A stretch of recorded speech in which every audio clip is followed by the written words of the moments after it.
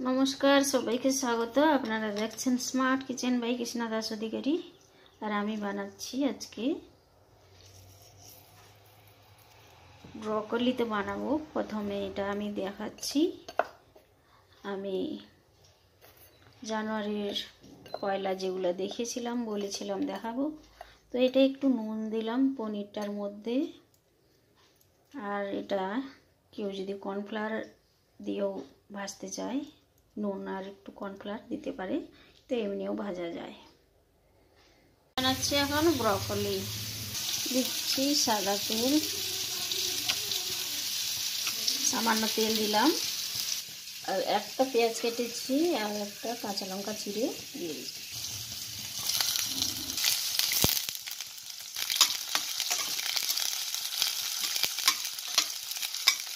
পেঁয়াজটা আধা ভাজা হলে তখন আমি ব্রকলি তার সঙ্গে কিছু মটর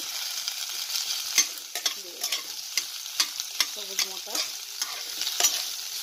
এটা সাধারণ রান্না, যে কেউ রান্না করতে পারে, যেটা আমি দেখিয়েছিলাম সেটাই আমি রান্না করে এখন দেখাচ্ছি। আধা ভাজা হয়ে গেছে ব্রকলি, আর কিছু মটর দিয়ে দিলাম, সবুজ মটর। একটু নাড়াচাড়া করে আমি ঢাকা দিয়ে দেবো।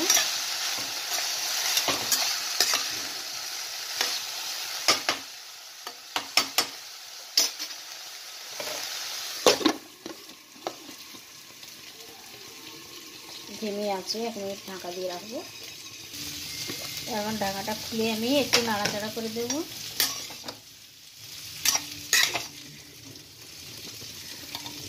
স্বাদ মতো নুন, এটা তো কমে যায়, অনেক কম নুন দেওয়াই ভালো। তো নুন দিয়ে নাড়াচাড়া করে আবারও ঢেকে দেব।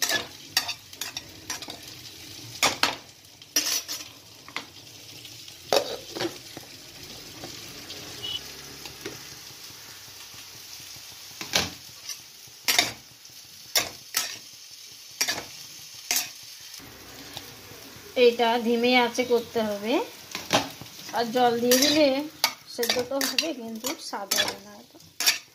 তো এটা থেকে জল তো বেরায় অবশ্যই, ধীরে ধীরে নাড়াচাড়া করতে হবে। আর সেদ্ধ হয়ে আসছে প্রায়, এমনিভাবে করে নিতে হবে।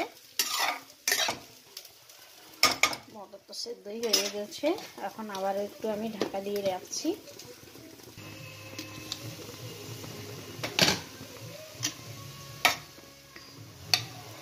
হয়ে গেছে এটা। আর এটার মধ্যে দেব গোলমরিচের গুঁড়ো। আমি এটা দিলাম, বাড়িতে তৈরি করেও দেওয়া যায় গুঁড়ো করে গোটাটা।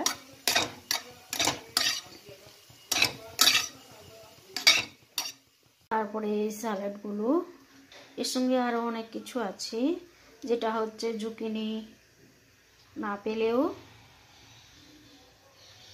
ওগুলো সব কাঁচা ছোলা ভিজানো, চিনেবাদাম আর চাট মশলা, নুন, এগুলো সব, ধনেপাতা, যে চাই কাঁচা লঙ্কা। আমি আর দেখাচ্ছি না, যেটা দিয়েছিলাম দেখেনি কেউ, তো আমি বলে দিচ্ছি, যারা জানে না তারা অবশ্যই বানাতে পারে। পেঁয়াজ কুচি, সব কিছু, বিট, গাজর, শসা, ক্ষীরা, যাই বলুন যেটা বলে, আর বিদেশি ক্ষীরা যেটা হচ্ছে জুকিনি। তো রেডি হয়ে গেল এটা। আর এটা আমি এমনি রেখে দিলাম, পরে আমি দেখাচ্ছি।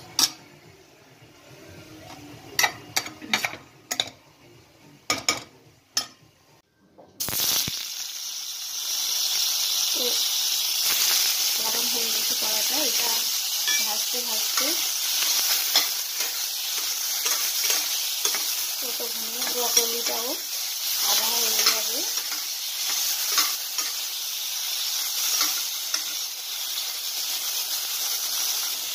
আর এটা ধীরে ধীরে এগুলো করে ভেজে নিতে হবে।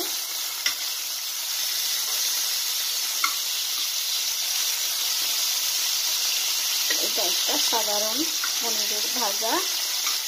অনেকেরই অভ্যস্ত আছে খাওয়া পনির ভাজা। হয়ে গেল ভাজা, এটা তুলে নেব। তুলে নিলাম, ততক্ষণ আরেকটাতে ব্রকলি হয়ে যাচ্ছে। পনিরটা ভেজে নিয়েছি, এর মধ্যে একটু গোলমরিচের গুঁড়ো দিয়েও খেতে পারেন। হয়ে গেল রেডি। কুচনো স্যালাড অনেকেই জানেন, তারপরে আলুর তরকারি, যেটা কেউ দেখেন না।